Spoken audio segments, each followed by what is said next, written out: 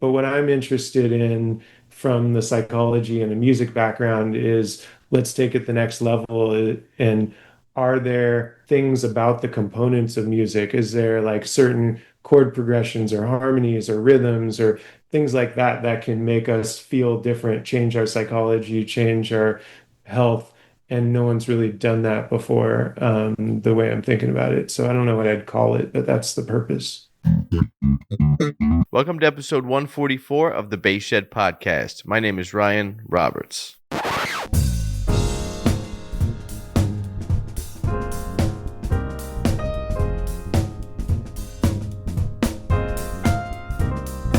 What's up, everybody? What's up? Welcome back to the Bass Shed Podcast. And for new listeners, welcome to the show. This is the podcast where we talk with bass players about artistry, career, and culture. If you're listening on YouTube, make sure to hit the thumbs up, let us know you enjoyed this show, and hit the little bell to get notified about new episodes.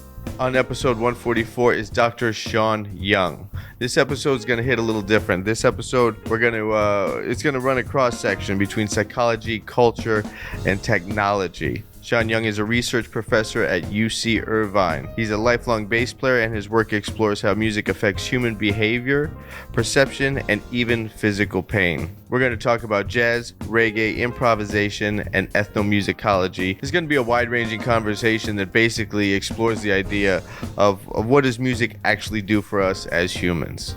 lemurmusic.com. Everything you need for the double bass can be found at lemurmusic.com, whether you're a student, an educator, or a working professional. Lemur Music is a trusted source in sheet music, basses, bows, accessories, whatever you need for the double bass. Stop by lemurmusic.com and use the promo code TheBassShed, all one word, for 10% off.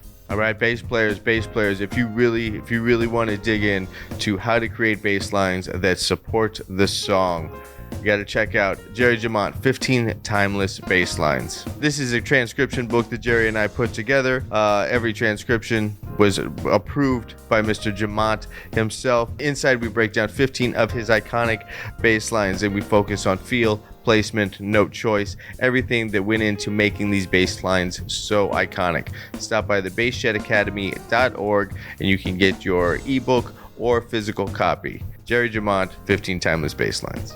All right, as I mentioned on the show is Dr. Sean Young. Sean is a professor and researcher working in ethnomusicology, behavioral science, and technology. But before any of that, he was and still is a bass player. In this conversation, we talk about how jazz improvisation creates narrative, how different musical styles affect pain and perception, and why personal history plays such a powerful role in how we hear music. We're also going to dig into AI and cultural perception and how creativity can't and shouldn't be fully automated. So here it is. Here's my talk with Dr. Sean Young. Hey, Sean, how you doing? I'm doing all right. You can hear me? Yeah, I can. Where are you at there? That space looks awesome. Oh, that's a fake space. That's that's an AI space. yeah, I've got a couple basses, a clarinet, piano. I got a bunch of instruments in the background, but it's mixed with socks and suitcases and a whole bunch of other crap on the ground. So no, that's all right. That's exactly what this space looks like. I got a mountain bike over here. I got a bunch of crap just laying on the couch. Exactly. I don't even know what those wires are or go to. Exactly, yeah. So, man, thanks for doing this. Yeah, thanks for inviting me. This is cool. I checked it out. This interview I'm kind of nervous about, man, because you work in a field that I'm really captivated by, but I can't say I'm as knowledgeable about that as when I talk to bass players. Yeah, and I'm not as let's see, I just switched over audio to my higher quality mic. Can you still hear me? Yeah. Okay, cool. Yeah, and I'm not as I'm nowhere near the bass players that you have on, so it's similar, no worries. I think I can talk or lead you with questions about things that I think would be interesting to people, and we could go that way, and I probably won't try to say too much about I talk about my enjoyment as a bass player, but I'm not going to kind of get into teaching people because you have on guests who are way better than I am. So Well, what I'm interested in the field you really work with, but now John Carlo had reached out to you. Let's start here, actually. What is your history as a bass player? Just to get that out of the way up front. You are a bass player, and you've pursued bass, and you've musicianship, and you've studied these things. I want to let you talk about that for a second before we dive into the fields you work in now.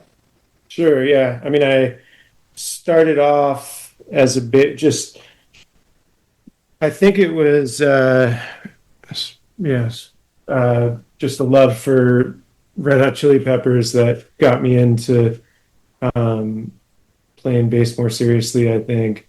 Um, well, I started with guitar when I was in third grade, broke a string, didn't know how to change the string.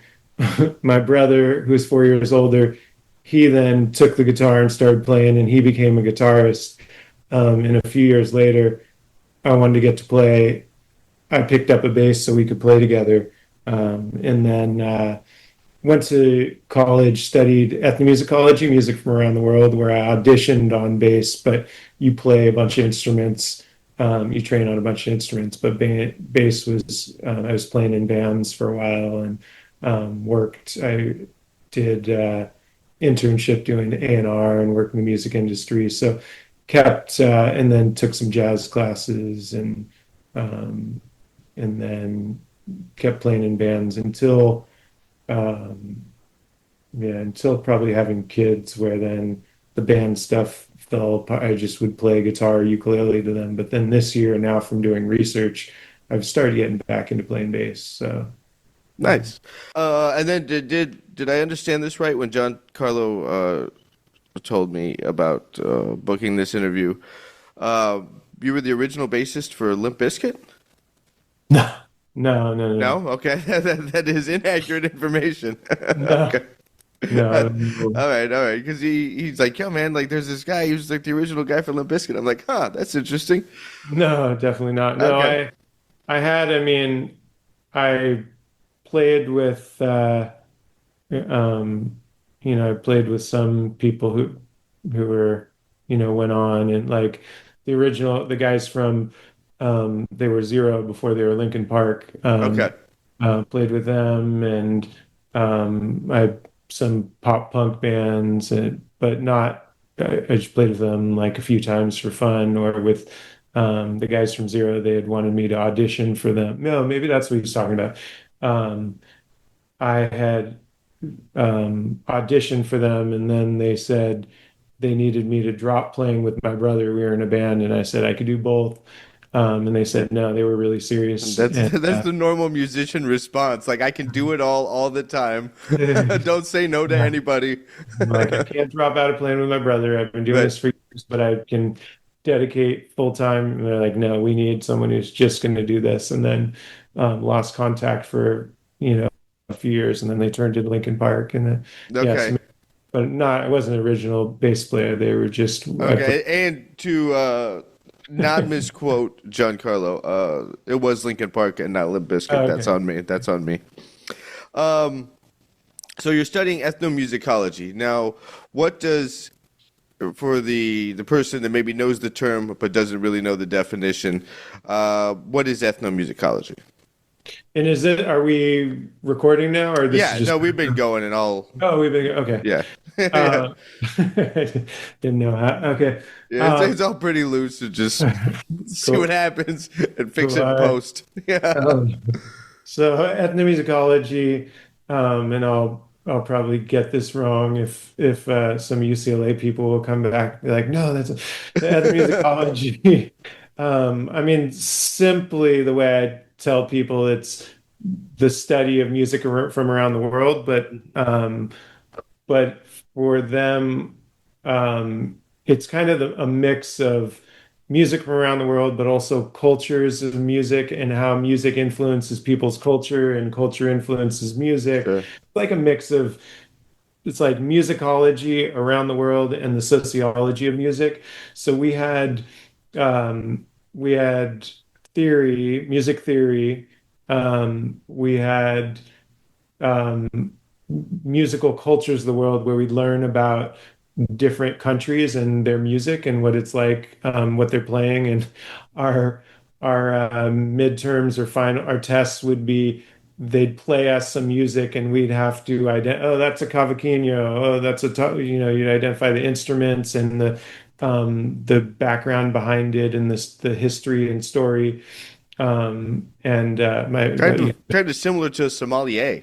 yeah, You gotta yeah, like really decode the root of origin yeah. and all that stuff. It pissed off my roommate. So my roommate at UCLA he was a computer science major. Now he does film stuff, so he switched over. But he was working hard on coding, and I would be, have just jumping on the bed listening to music, and he'd be like, "Can you at least make it look like you're not having fun, or make it look like you're." But so we had that, and then we had private lessons or semi-private lessons with instructors on different instruments that we choose. So I did like violin for Middle Eastern and Indian percussion, and yeah, so you pick different, and so it's a mix of those: music theory, music cultures of the world, sociology, of music, and then training on just getting to know the instruments. And then jazz studies was a part of it. So that even though the other ones weren't really heavy on bass, the jazz studies one was where I went back to my primary instrument bass, and so learned about jazz history, and then played in combo. Cool, cool. What was the like looking back? When did the fascination with sociology and human behavior kind of? When did you catch that bug early on? Was that something that happened in like high school and you started kind of checking out all the groups of people in high school and why is everybody doing this? Like when did kind of Yeah, when did that happen in your I think journey? I was always doing that, but I didn't realize it was something you could study. So Yeah. I took psychology classes for fun. Mhm. Um, and and I would just go. So after a music class, I'd record an idea, I'd sing something and record it, and I'd go sit down on the grass and just hang out and watch people. And didn't realize until I started taking psychology classes that that was something you could actually study and do, just watch people and figure out why people do what they do. And then so from taking a bunch of those classes for fun, um, and taking the sociology of music class, the teacher there, he was teaching us that society, like I think it was in that class that they talked about gamelan, Indonesian music, which is, if I'm remembering this right, it was these overlapping 16 bar patterns or so of different instruments that come in at different times, mostly percussion. Um, and it was designed to mimic the sounds of the rainforest because that's where they live in Indonesia. And I thought that was so cool that the different, depending upon where we live, how our society makes us think of what sounds good musically. Mhm. And so that was about how kind of people influence music, music influence people. And my bass teacher, Roberto Miranda, was the bass teacher. And when I came in, for him to teach me upright, he said, uh, he's like, Sean, a lot of cats when they play, they might hear something in their head, and it's like, "Foo-da-dee-bop, ba-da-ba-da-bop-bom." But when it comes out as fa-ba-ba-dee-ba-dee-bop-boop. He's like, that's not being true to yourself, man. You gotta play what's in your heart. You gotta play what you really hear. Um, and from hanging out with him and hanging out with some of the more like heavy jazz people, I realized, or I felt like their view on not just music, but their view on life was just different than the classical musicians, and different even, than my rock musician friends. And so it got me thinking, as taking these psychology classes and sociology and all this, it got me thinking, um, maybe we can actually change by having people listen to jazz, improvisational jazz. Maybe we can change the way they think throughout the way they think about life. And maybe we can get them to have this mindset that the jazz musicians had, that the same way that, they might play, they might play all the things you are, but every time that they play a song, they're going to play it different based on how they're feeling. And so we call that now mindfulness, right? And if we could teach people to listen to improvisational jazz the way the musicians are playing it, then maybe they could live life in that more just go with the flow kind of feel improvisation of life. Yeah. And so that I ended up in Keep and at going one that second. I got an alert on my no worries. more technical difficulties. Hold on one second. No worries. All right. I'm All back. right. That was our commercial break. Everybody go buy a Good Toyota. sponsor. Yeah. Yeah. Now this is fascinating because I do think the jazz musicians think. I don't know. I can't. I don't think like a rock musician, and I don't think like a classical musician. I think like a jazz musician. That's kind of my area of pursuit. You can tell me so what we're doing right now. I mean, I'll jump back, Yeah. but fast forward to now. Um, with that, we've done like 3 or 4 studies now showing that teaching people, compared to just having people listen to jazz or even listen to their favorite music, teaching people how to mindfully listen to jazz. And what we do, they're untrained musicians. So we just say like listen to the speed. We don't use words like tempo or don't or even melody or harm, but listen to the speed of it, listen to the richness of it, the warmth. Is it warmer? Is it cold?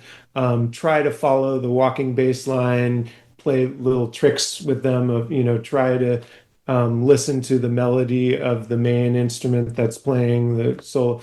And the compared to just having people listen to the same jazz or having people listen to whatever music they want, the groups who we teach how to listen to jazz this way, these are patients with pain and anxiety, and we find throughout 4 weeks that they have reduced pain and anxiety, and it's linked to You're talking um, about physical pain. physical pain. Okay. Yeah, physical pain, and we give them these extra. We don't know what's going on with it, but we give them some questions about mindfulness type questions, like how much are you distracted from your pain or how much are you focused on it, how much are you a part of yourself. And what we find is that we think this is working because people aren't getting distracted with the music, but the music and learning how to listen to the music is making them, if anything, go closer and be more comfortable with their pain. But it's a theory. It's a theory that by teaching people to flow with improvisational music, that they can maybe flow with their pain. And so now we're going back and going to start interviewing jazz musicians compared to classical musicians and seeing, is the way they think about life different? Is the way so I think it's interesting to me, and I have questions about this. What is first and foremost? What is the name of the research project or the endeavor? What is this called? Or is it uh, just kind of a I mean, let's see what happens with jazz? yeah, I mean, so I'd been doing the just kind of wrap up the last thing we were my while I was in college. So my health psychology teacher said, "Hey, you should apply to grad school in psychology because you love this stuff." And I said, "I'm in a band. I'm going to try to, Yeah. do that. And then if that fails, I'll go to law school." And she's like, just apply to grad school. So I applied, went down to South America to travel around and learn music down there, and got into grad school. And then just start no one I couldn't do music. I couldn't study that music that I wanted with people because no one knew what to do with it and they're not musicians. So I just did traditional like public health and medicine and technology research. And then a few years ago, it's like, I want to get back to this. I want to take that idea that I had from years ago. And so, yeah, the name, I we created this year, a few months in September, a health music and health conference. So that's the name of a conference, and we're doing Okay. another one. We're planning it. We're going to do a bigger one next year, I'd like to talk about that if it's something cool and unique. But what's it? I mean, I would just call it mindful jazz studies, and then we're doing some more on reggae and psychology. And I guess overall, there have been some studies on music and health, but um, but they're not from people who've played music typically. So they're let's say physicians who who say, okay, we're going to bring patients in for surgery and let's let them listen to music before surgery and see if that improves surgical outcomes or makes them relax. And it does. But what I'm interested in from the psychology and the music background is let's take it the next level. And are there things about the components of music? Is there like certain chord progressions or harmonies or rhythms or things like that that can make us feel different, change our psychology, change our health? And no one's really done that before, the way I'm thinking about it. So I don't know what I'd call it, but that's the purpose. Okay. So it does kind of dip into like a music therapy thing at some level, but you're kind of interested in almost the research aspect and the psychological aspect of it. Yep. Yeah, it But definitely. there's an application for just straight therapy. Uh, I'm curious why jazz music. Now you mentioned that your bass teacher, your jazz teacher, introduced these kind of concepts. These mindset concepts that were fascinating to you. But jazz, when you were doing these studies, what jazz musicians were you having them listen to? Because some could be calming, and then some could absolutely not be calming. But that's the point of that music. Yeah. And I think you were going here with your first, it doesn't have to be jazz.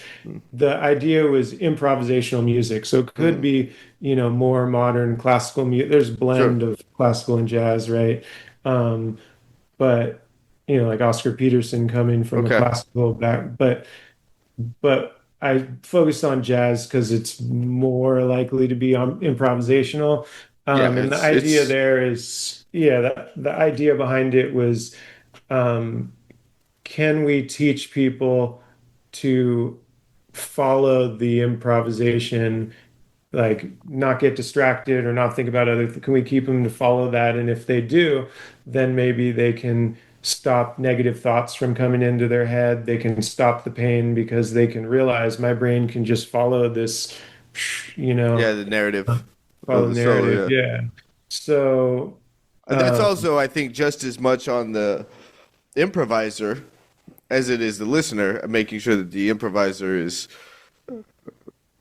creating, a strong narrative within the solo. And then at that point, you almost get into like a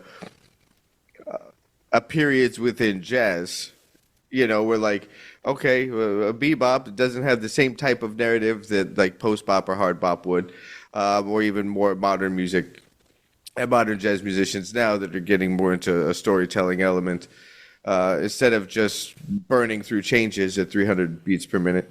yeah. So Yeah. And to there's a lot your, of factors that are fascinating about the study. I do think it's cool that people were able to lose themselves in the music, so to speak. To say that in a very general way, that they're not focused on their thing, their pain or their whatever it might be. Now, is it just the idea of introducing a distraction, or is it the music specifically? yeah, we don't know, but that's where I was getting at. Some of those questions were seems like they're not distracting. They're not getting distracted. If anything, they're focusing more on their pain or their, and also, so we had the way typically good research works is you have different groups. So you take, well, here for, before talking about that, I'll answer your question of how did we teach them, Yeah. So it was this training session where we taught them how to listen to jazz, and we started off. I wanted to start kind of easy. So for me, I didn't used to like jazz. Um, I was I was into punk, I was into rock, I was into like, but I didn't really wasn't really into jazz until I took a jazz class, and the teacher said, "Get We Get Requests by Oscar Peterson." And that Sure. album changed my life. Yeah. And just hearing Ray Brown on Yeah. there and over, and it was very, I don't know, accessible compared to, some more on avant-garde. Um, But everybody's so, still playing. It's not like, I mean, I know that record well. Um, yeah, it is very accessible and the tunes are very short and digestible, but everybody's still really playing. It's yeah, not they're not playing it safe on that record. Like they're still digging in. And you yeah, can hear Ray's bass. Like the recording quality of Ray's bass on that record is fantastic. yeah, Yeah. yeah. So I wanted to get them there kind of the way that that teacher changed me. So I started off, and I was choosing to take a jazz class, so he could start me there.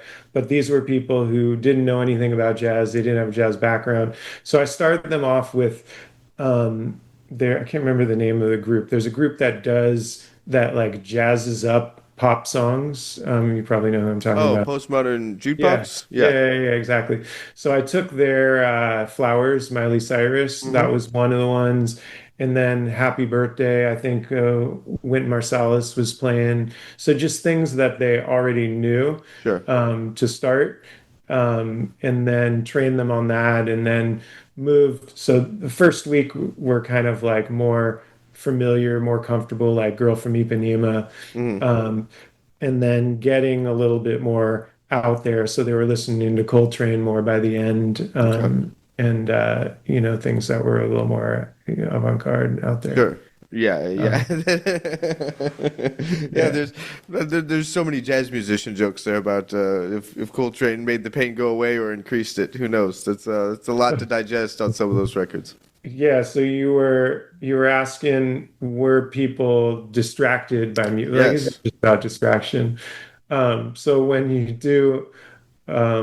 you're doing a research study, so most people know, like, a drug trial, right? You take a drug or you take a placebo, something that's not the drug, and then if people get better in the drug side, then it's because of the drug, because there was something that was they were still taking. So it's not like just taking something worked because you knew the drug worked, Right. but taking nothing didn't work. So same kind of thing, just all throughout science, we do that. So we had this one group, these were, you take a bunch of people with pain, anxiety, and then just randomly flip a coin, more or less. And these people over here, they're going to listen to jazz, and we're going to teach them how to listen to it. That was our intervention, it's called. That was what we're trying to do.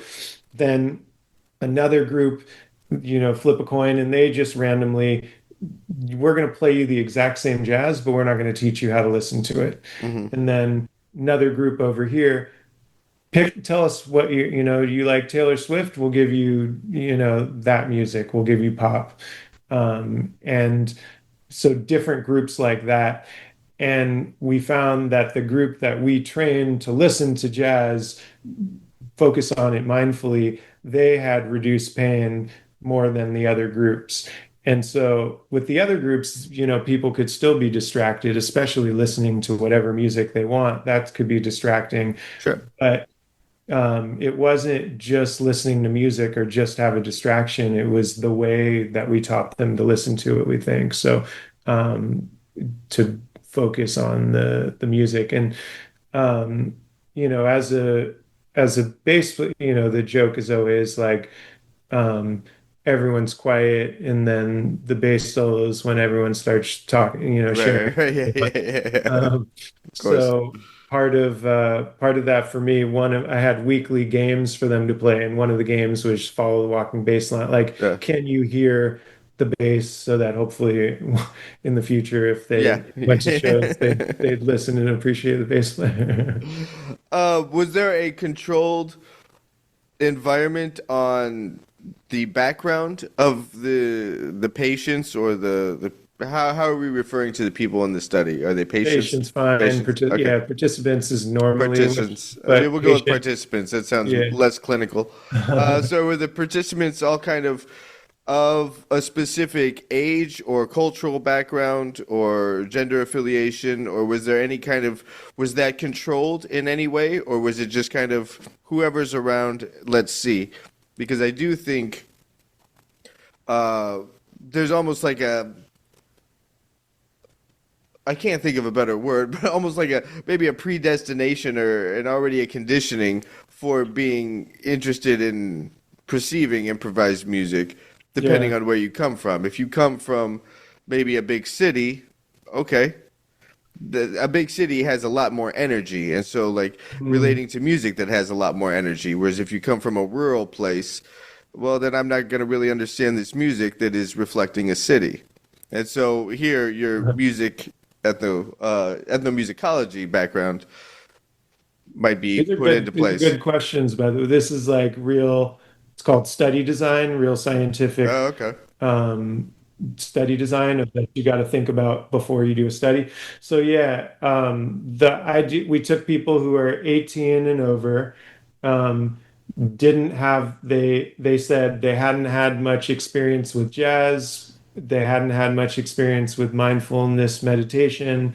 They all had a lot of pain, so they had to have for about half of a month, they had to have pain on most days of the month. Um, they needed to have a lot of pain on it. They took a pain scale. Um, and then once we get this group together, then you flip a coin and say which group they're going to be in. And so Okay. because you flip a coin, they don't, you don't actually flip it. It's something Right. else, but it's similar to it. Yeah. All of this heavy research is just like, all right, Yeah. guys, heads or tails. Heads Yeah. goes with Coltrane, Yeah. tails goes with somebody else. Yeah. Yeah. So then but because you put them in those groups after you have this whole group of people, and it's not like certain people are going to the jazz one, you already know who they are, and it's just the whole batch, and they randomly. So it means they're all the same across the different groups, Okay. because they're just random put in there. And yeah, so that makes it so that we did it with people with pain. We don't know if it would work with that. So next step is let's try it with other patient groups or other ages or all kinds of other things. We're going to start it right now in the emergency department. The way we did that study, oh yeah, you asked about like music quality. Um, so we recruited people online. We did like Facebook, Instagram ads, stuff like that. So they listened to music wherever they wanted, however they wanted. We don't know. We know we tracked their listens and their listening time, and we found that the people who spent more time listening had these stronger effects. So it had something to do with listening. But now we're going to do this study again. We're going to do it in the emergency department here at UC Irvine with patients who are coming in the waiting room for pain. Then we did another one. We did another two or three studies with reggae, kind of something, well, similar that's music, but different idea, different reason behind reggae, but also with people with pain. We'll be back right after this.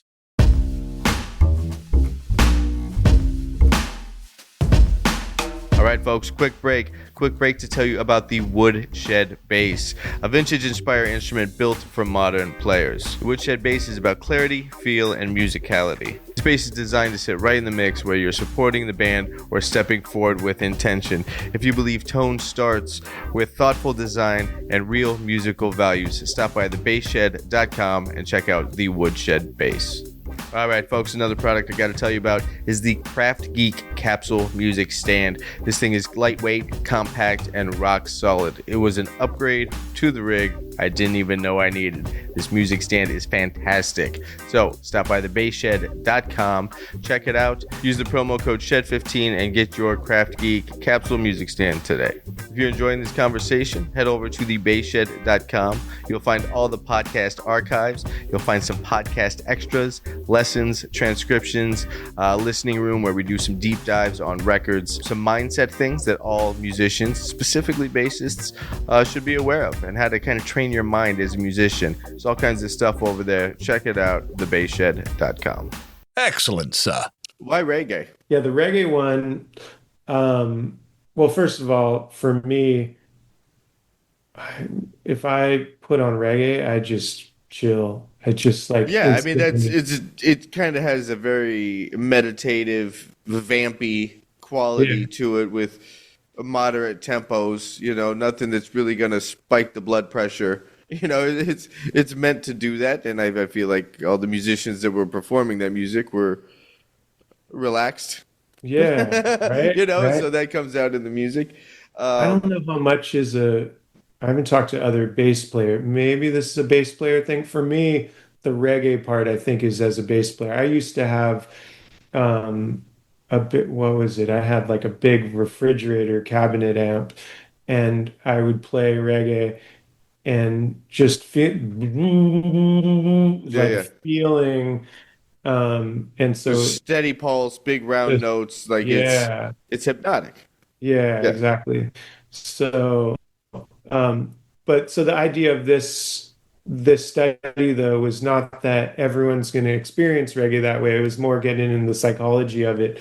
So we we got people who have pain, again, 18 and over, have pain, and then asked them, what do you think of when you think of people who listen to reggae all the time?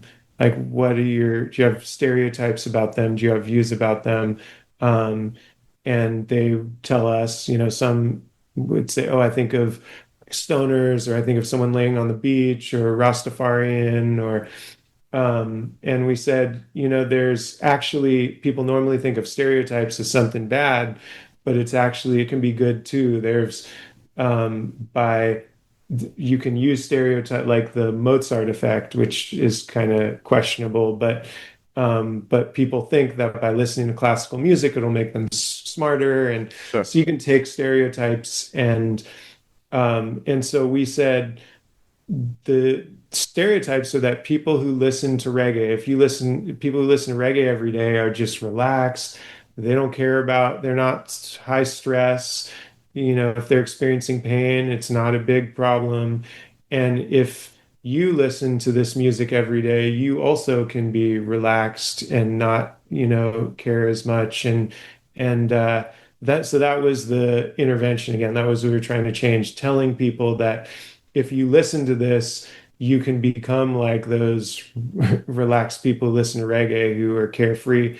And so then we gave them a reggae playlist that I made for them to listen to each week for 4 weeks. And same thing, found that compared to people who were listening to whatever music they wanted to, just listening to their favorite music, the people who listen to these reggae playlists with this idea we put in their head that if they listen to it, they'll be relaxed. They had lower anxiety and less pain.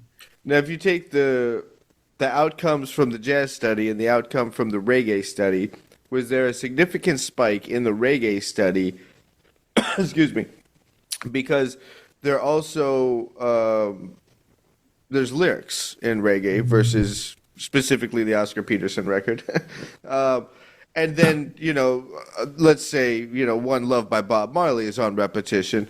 Well, that's a much different narrative to be putting in to your consciousness than Mm. just Corcovado Yeah, from yeah. We Get Requests. So they're putting in a verbal quality. And was there a spike in the outcome because there was a verbal quality to the music? So we didn't compare the different studies. It's hard to do that in science. It seems like, but they all took the same pain scales. But it seems like the drop was more in the jazz groups than the reggae one. It might just Really? be we've now done the jazz ones a few times, and so as you keep doing it, you learn how to do it better. Or it may be something about the teaching people how to listen to jazz. I don't know. I mean, the reggae one worked. It worked compared to people's own music. It worked compared to both of them work compared to just what you typically get for pain, which is, hey, watch this video about how to reduce your pain. Both of them reduce pain more than watching a video like that. But yeah, we don't know. And I mean, I tried with the lyrics a little bit of what you I did a mix of yeah, some Bob Marley in there, some like I wasn't sure how much to put in, like smoke two joints, like how much should there be some Right. drug references? Is that Well, good then, or then what bad? reggae tunes do you have? Yeah. And you have you have a 15-second intro, then Yeah. that's about it. Pretty much, yeah. Uh, so yeah, but I don't know. It's a good question. Like I don't know about the lyrics part of it. Yeah, and I used a mix of older Bob Marley, Toots and Maytals, and then some more Cali reggae, like Mm. modern kind of stuff. I don't know. We're just figuring this out. It hasn't been studied. People don't know, so just experimenting with it. And I Yeah, think I'm, actually, oh, go ahead. Go ahead. yeah, I think go like experimenting with it. Um, the way I think about research is let's just go with it and see what happens, and we'll figure it out over time. And I think being a music, like having the music backgrounds helped me with that, where you just experiment. Hmm. Like if I'm playing with people, this has got me back now into playing again, playing bass more. And it's fun looking into myself now and saying this. Because when you're jamming with some people and you're writing a song together, the first time, you just experiment, you see what comes. And then maybe I'll like a bass line that I'm doing, or I'll like what I'm doing. And then I'll say, okay, I'm going to stick with that. The next time, maybe I'll remember it, maybe I won't, maybe I'll try playing it again, maybe I'll try something new. But with research, it's sort of become the same, where most researchers want to know exactly what you're doing throughout the whole study before you do it. Sure. And yeah, I like we'll get there. We'll get there, but we can perfect it, kind of like writing a song of we can take some time to figure out, This is how this is interesting to me because this is like this just hit like a whole nother level, right? So you're the study of ethnomusicology and how music impacts people, and then it happened to you, and then you went all the way down the science angle, and then it came back to music. It almost did like this slingshot effect in your life. yeah. I think that that's fascinating. Uh, and then I also think it's fascinating that you're approaching the scientific research almost like a music composer, like you just mentioned. Had you also approached music from the scientific angle when you were really getting into this, and like everything has to be clinical, and I have to try to understand the end before I, start it, so to speak, and you're trying to make it a very controlled environment instead of just letting Yeah. Well, what that might happen? I realized that that's who I was later on. And so now being the scientist makes sense. But like my brother, I talked about my brother, he has a great ear. And he would just pick up stuff. And for me, I don't have the ear that he has. I've learned to get my ear much better. But um, I look back at my first time learning really how to play. And my parents went away for the night. They went out, and I went in my brother's room. He was now in college, and I found this guitar chord book. Um, and I'm looking at the chord book, and I'm sort of realizing theory without knowing what theory is, but I'm saying, wait a second, every time if I'm playing chords starting on the E string, on the lowest string on the guitar, I can play every major or minor chord or minor seventh with exactly the same pattern. And if I move to the A string, there's another pattern, like I'm noticing those patterns. And so that rather than listening like my brother did of I'm going to play notes that sound like this, I would think more in patterns. And so then, and I think that's also, so I felt like, not like a fraud, but when I play and, I play in punk, but punk is just the opposite of that. Just let it go. Don't think, don't. And for Yeah, me, just aggression, rebellion. And don't tell so me what to do. This yeah. note doesn't work. That's why I'm playing it because I'm so punk. Yeah. So, so I was, yeah, I felt a little bit of a fraud at playing punk or playing rock because I was much more calculated Mm, in how I was playing. But then I learned about jazz, and I wasn't interested in, at least as a bass player, I didn't really like classical music for violin or stuff like that. I did, but as a bass player, I wanted something that was, I don't know, different than classical.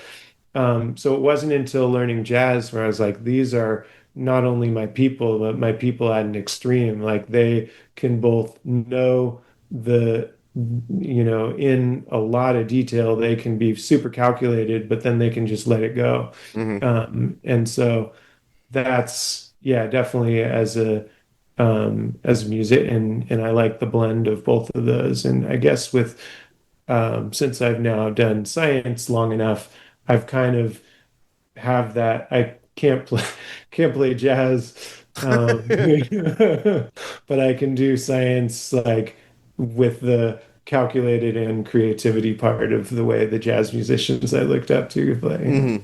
Yeah. Now, a lot of your work, excuse me, also focuses around technology and making predictions about culture. Yeah. But speak about that a little bit, and then I do want to tie that into your thoughts on how that is impacting music and culture and the music industry on a whole. There's a lot. Yeah, there's a lot we Yeah. could cover there. That might be that might be a mini series, not just That's one fun. episode. But first, talk about your work with technology and predictions within culture.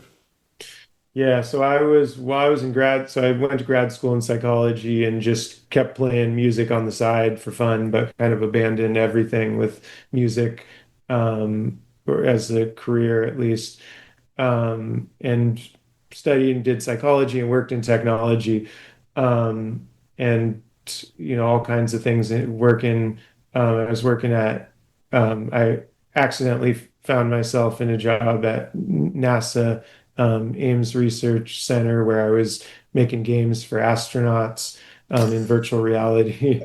Oh God, And can we hit pause on this? This was an accident. You just accidentally end up at NASA. this was super accident. That's Um, hilarious. Like I accidentally walk into a door, but you accidentally end up at NASA. Pretty All right, much, all yeah. right. Much My, better my trajectory on your end. my roommate in college, his dad worked there, and when he Okay. knew I was going to grad school there, and his dad was a psychologist, but his dad was a totally different type of psychologist and engineer, a psychologist who works with engineers, and I was going in for social psychology, which is kind of what we're talking about, like people Sure. and psychology. So his dad says to him, "Oh, Sean's coming up. He's going to be here. Have him come work for me." And I said, Great. awesome. I guess I can work at NASA. This Yeah. sounds cool. This sounds interesting. So I started, and then he said, all right, so let's start. What's your calculus background? And I was like, I haven't taken math class since high school. I studied music. I don't know. Yeah.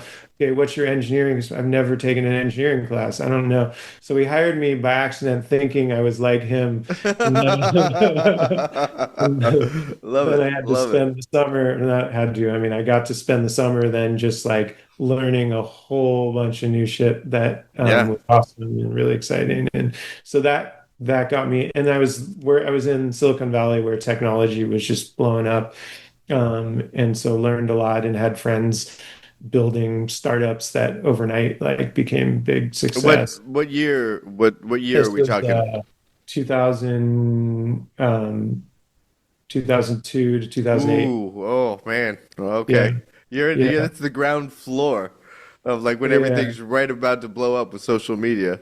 Exactly. So I Yeah. started doing research on social media and health because of that, and ended up getting good contacts with friends who were working there and working technology, and then moved to working in AI, doing research on AI, working with government on predicting disease outbreaks and things like that, looking at what people talk about online and how we can use what they talk about to predict disease outbreaks, predict people's health outcomes, things like that.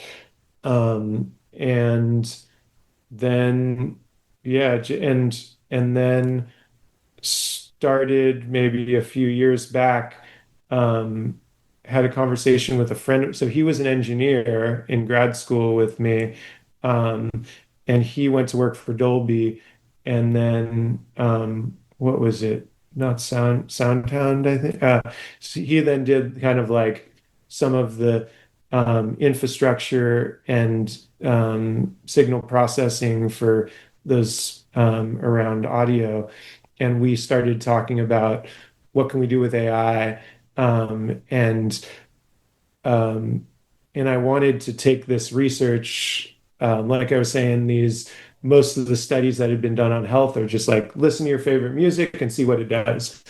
And I wanted to see, are there certain things about music, components of music that'll make people happier, healthier, but even listening to a song, it's like can't even give people a song because a musical composition, a good musical composition brings people through all kinds of different emotions and all kinds of experiences.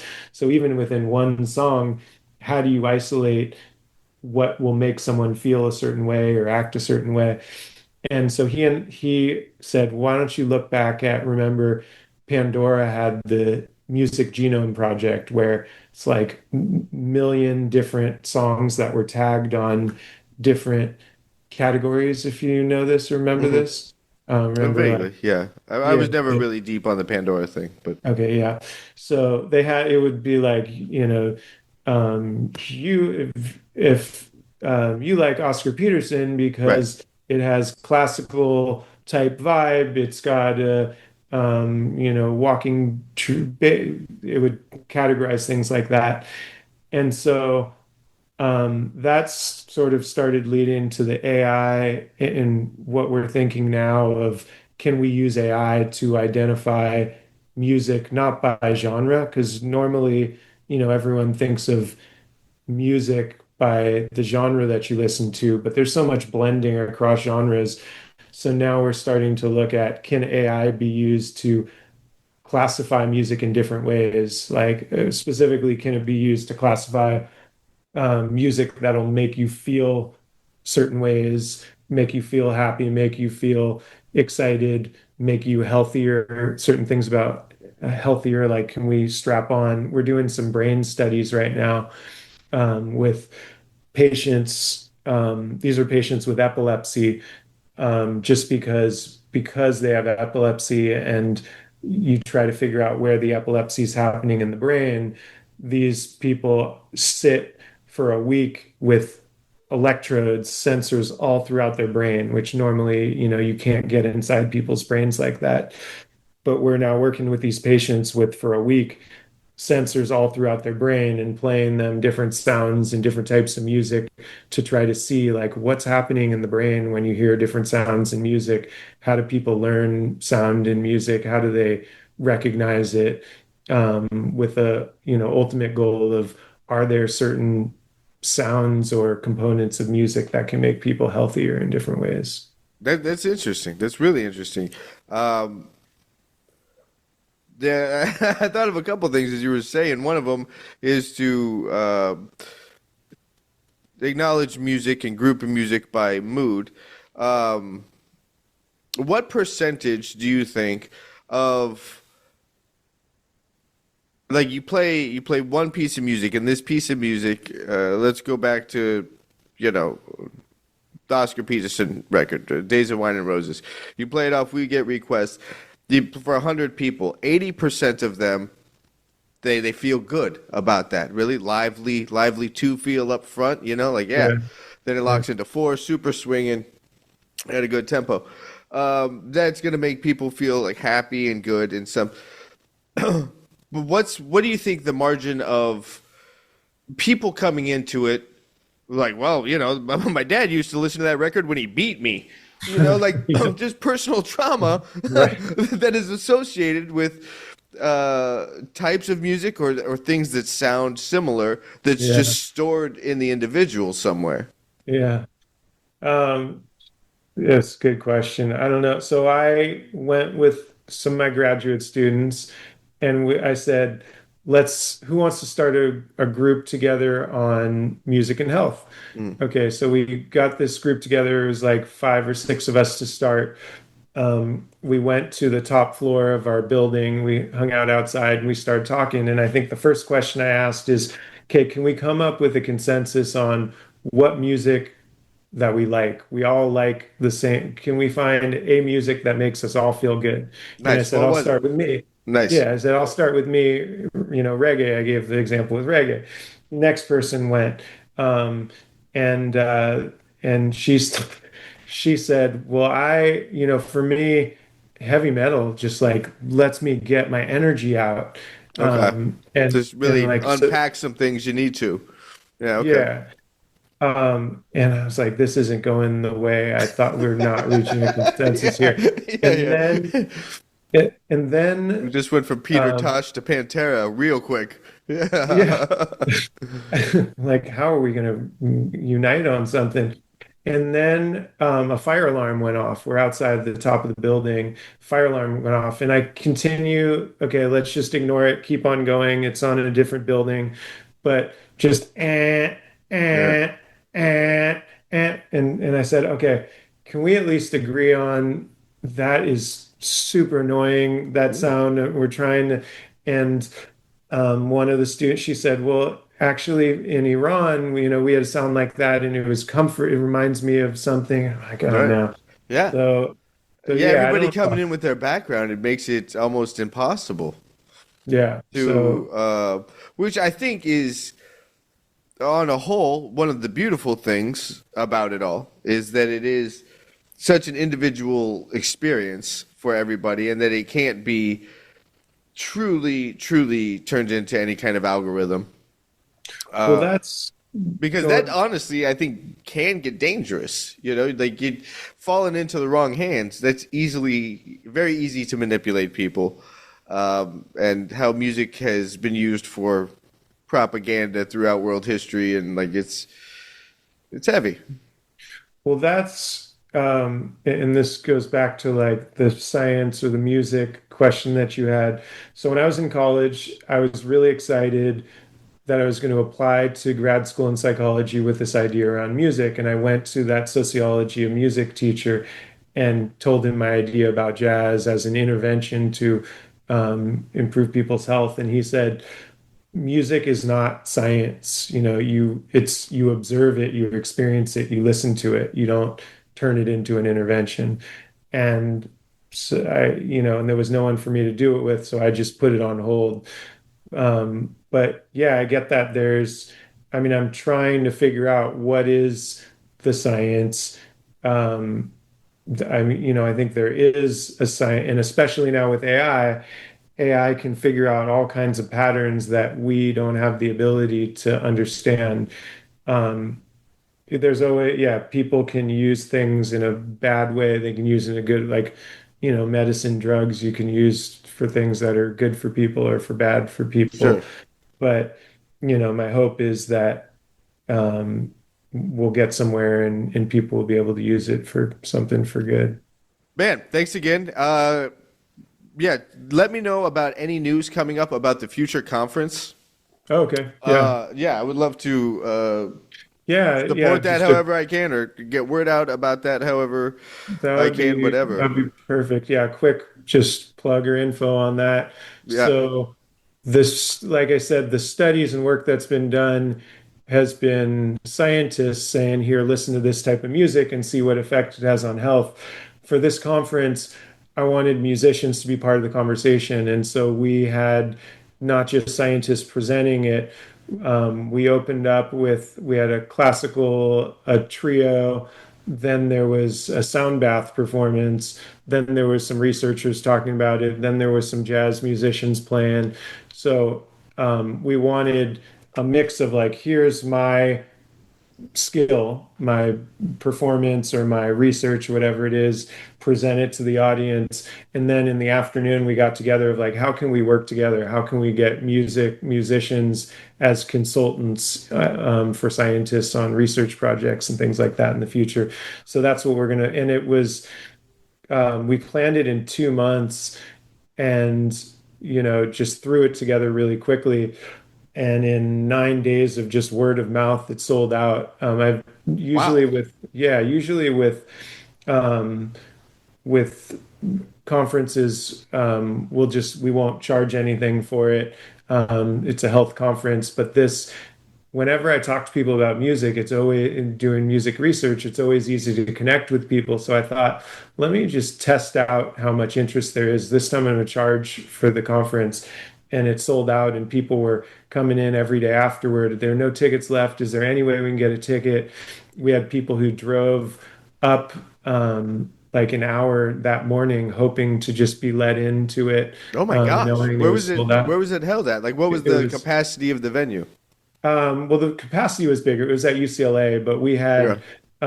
we were providing food and stuff, so we had to pay per head. Sure. And so we put so it was I think 75 people or so that we Okay. could allow to it.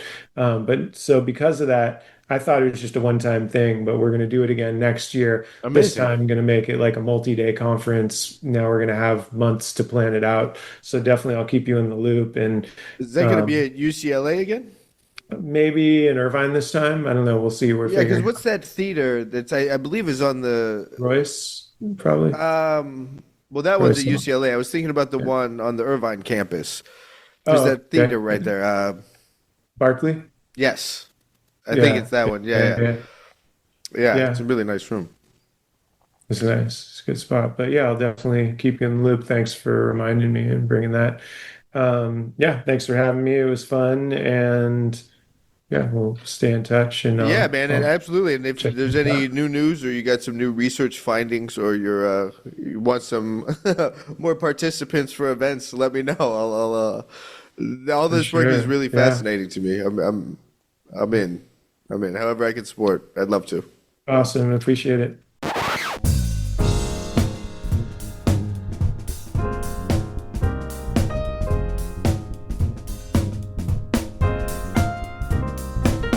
All right. That was my talk with Dr. Sean Young. Super fascinating, and I'm really excited to follow up with him after some of these studies have been done to check out the results. Thank you, Dr. Young, for being on the show, and we look forward to having you back. Again, folks, if you enjoyed the show, please hit subscribe wherever you are listening to it, and stop by thebasshed.com for more bass goodies. I'll catch you on the next one in a minute.